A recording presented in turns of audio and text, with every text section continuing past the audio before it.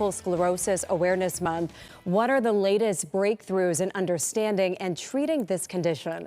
Now we want to bring in Dr. Erin Bauer, joining us live, Yale Medicine MS expert and assistant professor of neurology at Yale School of Medicine. First of all, doctor, thank you for your time this morning. Of course. Exceptionally happy to be here. We are happy to have you. I think a lot of people have heard of MS, they've heard of multiple sclerosis, but I don't think a lot of people really understand what this is. Can you explain for us? Of course. So multiple sclerosis, or MS, it's one of the most common autoimmune diseases affecting the brain, the spinal cord.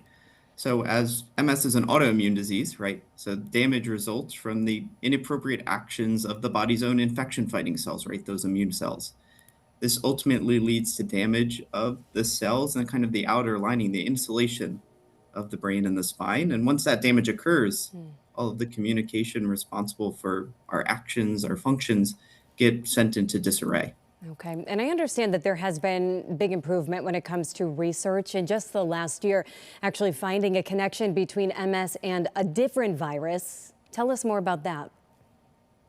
So yeah, one of the things that has come up more recently, it has a long history too, but the Epstein-Barr virus, or EBV, this is a very common infection in the general population. It's the virus responsible for mono. Over the years, there's been an exceptionally strong association with both that virus and the onset of multiple sclerosis.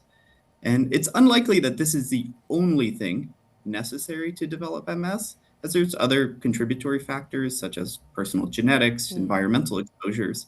But this relationship between the two is notably strong and is exciting for us in the field when it comes to thinking about personalized risk and also maybe prevention in the future with thoughts around vaccination. So at this time, doctor, there is no cure. No cure at the moment, but certainly the medications we have are much better than they used to. Yeah, so that is, of course, very hopeful. Now, if someone is having symptoms associated with MS, when is the right time? When should someone really persuade their loved one to see a neurologist? Obviously, it could be scary to have this conversation. Oh no, most definitely. And quite honestly, since MS can affect pretty much any part of the brain or the spine, patients can have a really wide variety of symptoms, which makes it difficult, right, for doctors to know when to get somebody into care. It can just be something like vision loss, weakness, numbness, tingling, difficulty walking, a wide variety.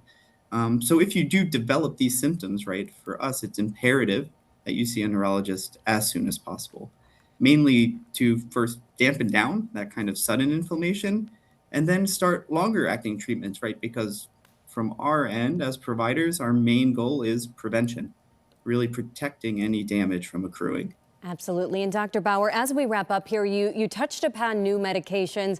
I don't want to lose hope here. I also want to talk about the good that is happening with the research, with the new medications. So let's talk about that as we wrap up our time together. Of course. So over the years, a lot of medications have become much more effective than they have been in the past. So now we don't see nearly as much breakthrough inflammation, if you will, and we're really able to keep our patients a lot healthier just over the long term. I think moving forward, some of the most interesting treatments are going to be in patients who still have some residual disease and have residual worsening over time. And there's some very exciting medications on that front that are coming down the pipeline, hopefully in the next year or two. Well, that is encouraging. Dr. Bauer with Yale, thank you so much for your time this morning. No problem. Thank you all. Of course.